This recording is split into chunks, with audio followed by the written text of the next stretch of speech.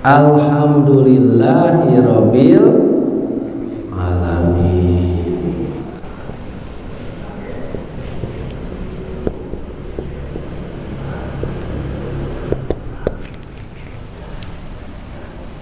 Alhamdulillahirabbil alamin. Pembacaannya paling di sini yang harus perhatikan, khawatir ada haknya, hak besar, ainnya jadi hamzah gitu ya. Nanti mananya berubah. Saking senangnya, saking bunganya dapat rezeki langsung ucapin alhamdulillah. Jadi artinya segala kematian. Jadi kalau haknya kecil dari alhamdulillah segala puji, tapi kalau haknya hak yang besar, jadi segala kematian. Ngucapin beda dikit, maknanya beda jauh. Jadi jangan sampai dengan orang yang ini. Jadi artinya segala kematian milik Allah. Yang keduanya, kalau alamin, Tuhan yang sakit nantinya. Ya, Rabbil alamin, Rabbil alamin, Tuhan yang sakit.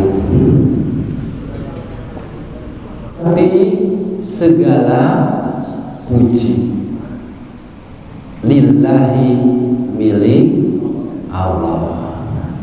Padahal kalau kita perhatikan kan, alhamdulillah dari lapan hamidah yahmadu hamdan. Hamdun itu kan puji. Ada lapan segalanya dari mana? Lapan segalanya dari mana artinya?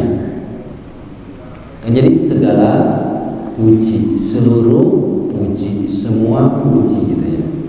Nah, lapan segala seluruh semuanya itu dari lapan apa? Ternyata itu dari lapan alif lamnya di sini. Alif lamnya. Ini alif lam arifan yang asalnya hamdun jadi alhamdu. Tapi alif lamnya bisa maknanya makna lil istighraq. Satu. Yang kedua, alif lamnya bisa maknanya lil jinsi. Ada dua makna. Seluruh, semua. Istighraq.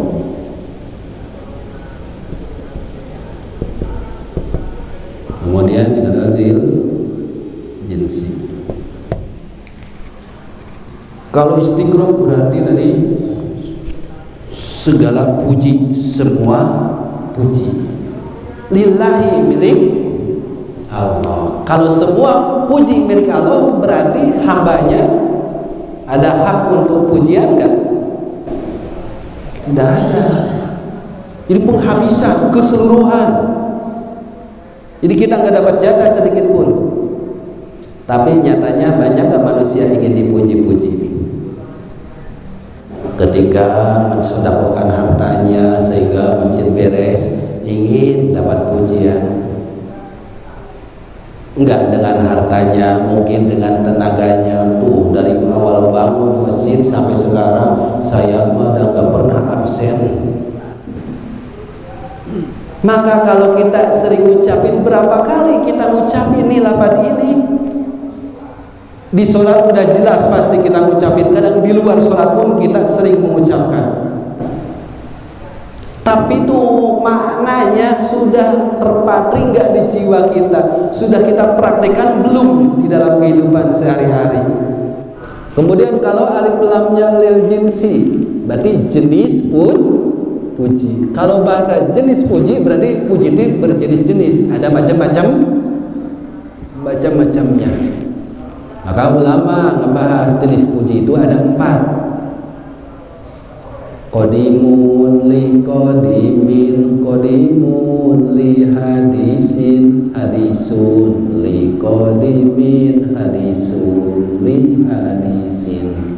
Ada 4 kalau jenisnya. Jadi kalau jenis puji yang pertama qadimun li qadimin, Allah muji kepada Allah. Yang kedua qadimun li hadisin, qadimun Allah li hadisin, muji kepada makhluk. Yang ketiga hadisun liqodimin, hadis makhluk liqodimin, muji kepada Allah. Yang keempat, hadisun li hadisin, makhluk muji kepada makhluk, lillahi milik. Jadi ketika kita muji kepada manusia, makhluk muji kepada makhluk, tetap lillahi milik Allah. Kita muji ke si A, oh pinternya, yang dipujinya teh sadar, oh hakikatnya bukan muji ke saya, muji ke Allah yang memberikan saya seperti itu. Jadi udah kayak gitu, orang gak akan ada sifat ingin dipuji-puji, karena dia sadar puji itu semua milik Allah. Yang pertama, qadimun li qadimin, Allah muji kepada Allah.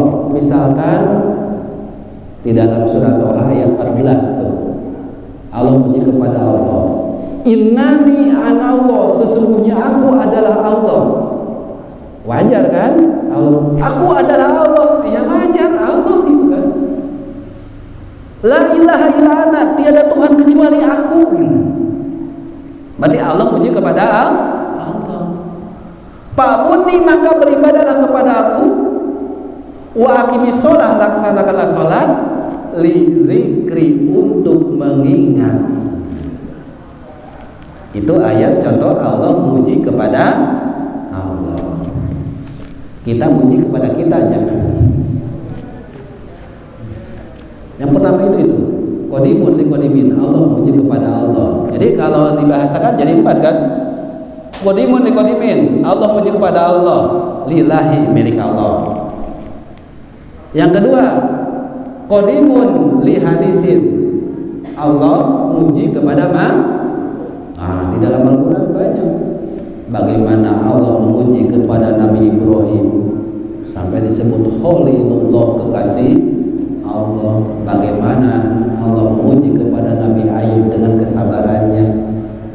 Bagaimana Allah memuji kepada Nabi Muhammad dengan akhlak perilakunya.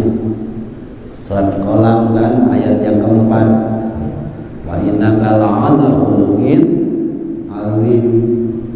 Itu Allah puji kepada makhluknya. Ada makhluk-makhluk Allah yang dipuji oleh Allah, lillahi, tetap itu milik Allah.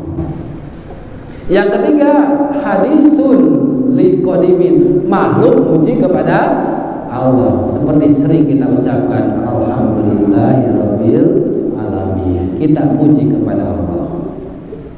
Yang keempat, makhluk puji kepada makhluk, langsung sambungkan tuh, lillahi, milik Allah. Jadi ketika ada si A muji kepada si B, maka si B itu langsung paham pujian ini adalah lillahi, milik Allah.